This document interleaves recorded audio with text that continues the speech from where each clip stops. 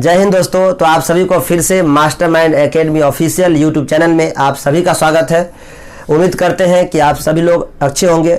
जैसा कि आप सभी लोगों को पता है कि 15 दिनों के लिए लॉकडाउन लगा दी गई है और हम लोग की क्लासेज जो ऑफलाइन बैचेज जो चलते हैं वो बहुत दिनों से ऑफ है, जिसकी वजह से हम लोग भी घर पे बैठे बैठे बोर हो रहे हैं।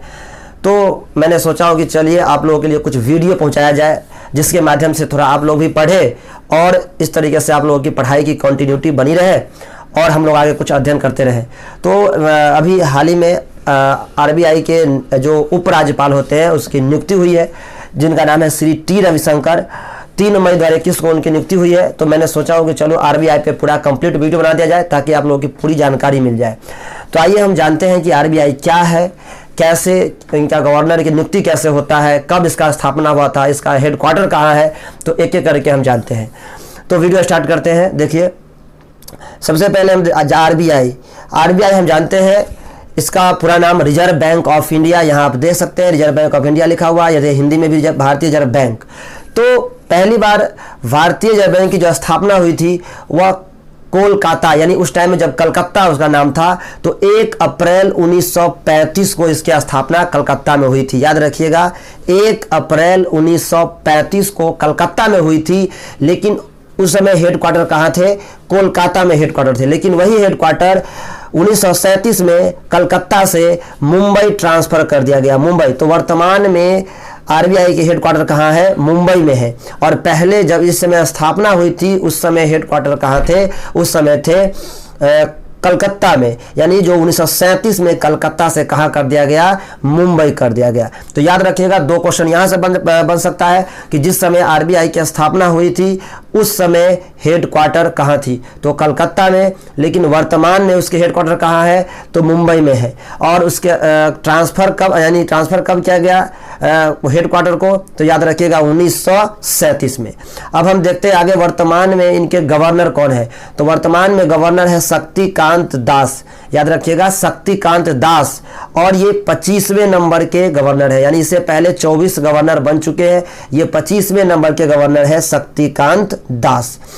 उसके बाद आगे हम देखते हैं कि इनकी जो स्थापना हुई थी, यानी आरबीआई की जो स्थापना हुई थी, यह यंग हिल्टन समिति द्वारा, यंग हिल्टन समिति, याद रखिएगा एग्जाम में अक्सर आता रहता है।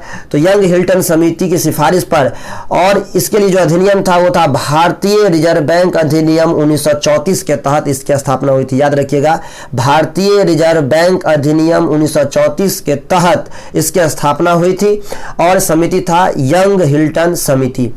उसके बाद जब हम देखते हैं, इसका जो पहला गवर्नर था वो था एडम स्मिथ, यानी जो पहली बार जो गवर्नर बने थे आरबीआई के वो एडम स्मिथ थे। याद रखिएगा, आरबीआई के फर्स्ट आपसे पूछा जा सकता है कि आरबीआई के पहले गवर्नर कौन थे? तो ए स्मिथ थे। ठीक है। अब उसके बाद अगर आपसे पूछा जाए कि आरबीआई के पहला भारतीय गवर्नर कौन थे, तो सीडी देशमुख। सीडी देशमुख नाम याद रखिएगा, आरबीआई के पहले भारतीय गवर्नर सीडी देशमुख। उसके बाद आरबीआई का जो राष्ट्रीयकरण हुआ था वो 1 जनवरी 1949 को आरबीआई का राष्ट्रीयकरण हुआ था। इसको ही मत भूलिएगा, राष्ट्रीयकरण नहीं, आरबीआई की जो राष्ट्रीयकरण हुआ था वो 1 जनवरी 1949 को हुआ था। उसके बाद अब हम देखते हैं कि आरबीआई के जो गवर्नर होते हैं उसकी नियुक्ति कैसे होती है। तो आरबीआई के गवर्नर की जो नियुक्ति होती है वह वित्त मंत्री के सलाह पर प्रधानमंत्री द्वारा की जा रही है। यानी वर्तमान में जो आरबीआई के गवर्नर है उनकी नियुक्ति वित्त मंत्री के सलाह पर प्रधानमंत्री द्वारा होती है। लेकिन हो सकता है फ्यूचर में इसकी जो चयन की जो प्रक्रिया है वो बदल जाए, लेकिन वर्तमान में जो भी बताएं वैसे ही हो रहा है।